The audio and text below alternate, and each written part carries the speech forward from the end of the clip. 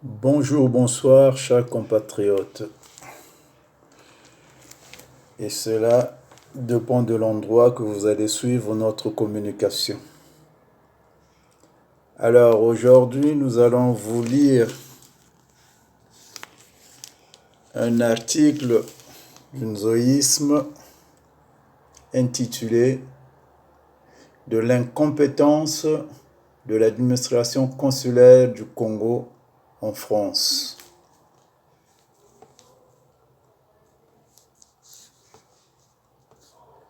Le joueur du tam-tam ne doit jamais penser qu'il ne peut pas être remplacé un jour, disait le vieux sage Corbeau, machuaniste.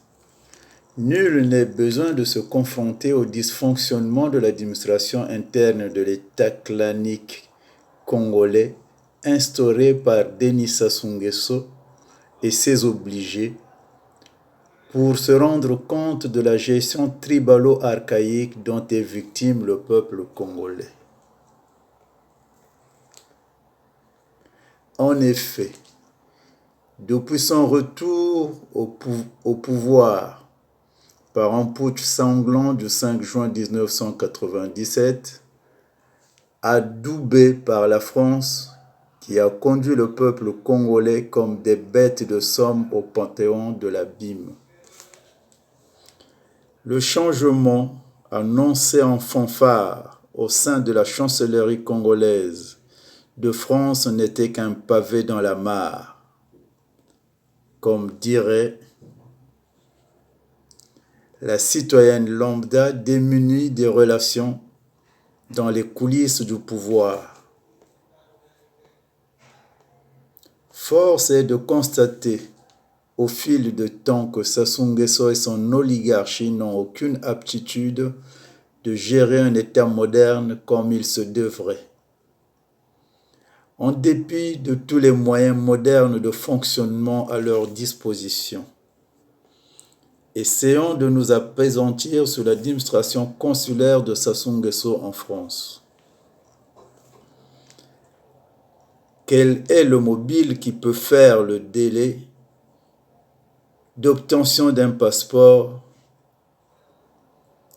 Quel est le mobile qui peut faire que le délai de l'obtention d'un passeport dépasse une année?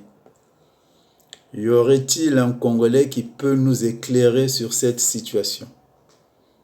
Quand bien même que les demandeurs de passeport remplissent toutes les conditions possibles, est-ce que les autorités consulaires de Sassou Nguesso à Paris se mettent à la place de ces paisibles compatriotes qui résident en France soumis aux contraintes des migrants vis-à-vis de l'administration française, soutien de la dictature du régime de Brazzaville?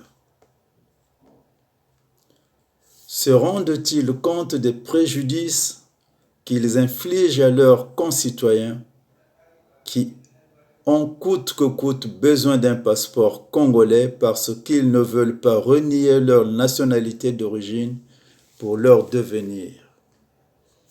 Il est temps que les Congolais de France se prennent en charge pour régler définitivement cette histoire qui les bloque dans leurs multiples projets et bafoue notre dignité dans le monde.